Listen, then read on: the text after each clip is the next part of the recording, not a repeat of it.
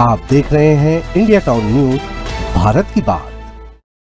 नमस्कार, स्वागत है आपका इंडिया टाउन न्यूज में। मैं हूं आपके साथ संजना कुशवाहा।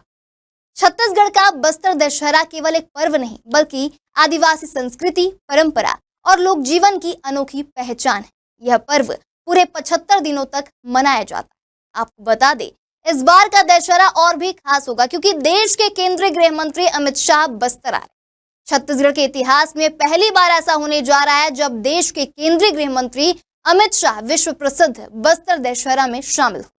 यह सिर्फ एक धार्मिक या सांस्कृतिक कार्यक्रम नहीं बल्कि राजनीतिक मायनों से भी बेहद अहम माना जा रहा है। अब यहाँ सवाल ये उठता है कि क्या इस ऐतिहासिक पर्व के माध्यम से शाह नक्सल प्रभावित इलाकों को सीधा संदेश देने वाले हैं? क्या माओवाद के खिलाफ केंद्र की नई रणनीति का आगाज यहीं से होने जा रहा है? यही वजह है कि पूरा प्रदेश और बस्तर के लोग इस दौरे को लेकर उत्सुक।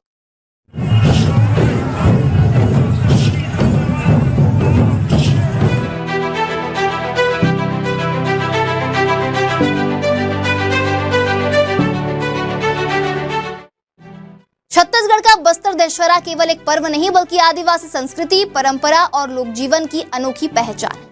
यह पर्व पूरे 75 दिनों तक चलता है और दुनिया का सबसे बड़ा पर्व माना जाता है। आपको बता दें, राज्य गठन के बाद पहली बार कोई केंद्रीय गृह मंत्री बस्तर के मुरिया दरबार में सीधे जनता से संवाद करने आएंगे। बस्तर सांसद और दशहरा समिति के अध्यक्ष महेश कश्यप के नेतृत्व में मांझी चाल की प्रतिनिधि मंडल ने शाह को इस पर्व में शामिल होने का न्योता दिया। आमंत्रण के दौरान अमित शाह को पारंपरिक पगड़ी पहनाकर सम्मानित किया गया और मां दंतेश्वरी का छायाचित्र भेंट किया गया। शाह ने भी स्नेहपूर्वक निमंत्रण स्वीकार करते हुए बस्तर की जनता को दशहरे की शुभकामनाएं दी। आपको बता दें, 4 अक्टूबर को शाह सिरहासार भवन में आयोजित मुरिया दरबार में शामिल होंगे। इस मौके पर मुख्यमंत्री विष्णुदेव साय, विधानसभा अध्यक्ष डॉक्टर रमन सिंह, प्रदेश के मंत्री और बस्तर संभाग के जनप्रतिनिधि भी मौजूद रहेंगे। यह दरबार जनता की समस्याओं और सुझाव को सीधे सुनने का परंपरागत मंच है। मुरिया दरबार की परंपरा 8 मार्च 1876 से शुरू हुई थी।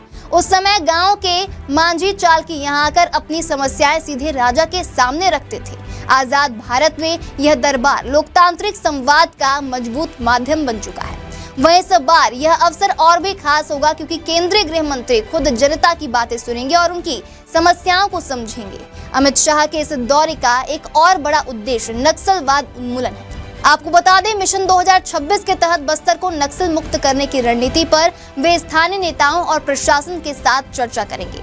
शाह ने पहले ही कहा है कि नक्सलवाद से मुक्ति और शांति की ओर बढ़ते बस्तर में आकर आदिवासी संस्कृति और परंपरा को देखना गर्व की बात है। बस्तर दशहरा की खासियत ये है कि यह किसी एक देवता की पूजा तक सीमित नहीं बल्कि प्रकृति, संस्कृति और समाज की साझी परंपरा का उत्सव है।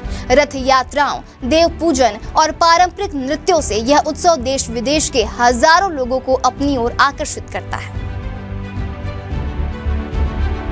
तो कुल मिलाकर केंद्रीय गृह मंत्री अमित शाह का यह दौरा बस्तर के लिए ऐतिहासिक होने वाला। यह केवल एक राजनीतिक यात्रा नहीं बल्कि आदिवासी संस्कृति के सम्मान और लोकतांत्रिक परंपरा को सशक्त करने का संदेश भी देगा। शाह का मुरिया दरबार में शामिल होना बस्तर की जनता के साथ सीधा संवाद और नक्सल प्रभावित क्षेत्रों में शांति का बड़ा संकेत माना जा रहा है।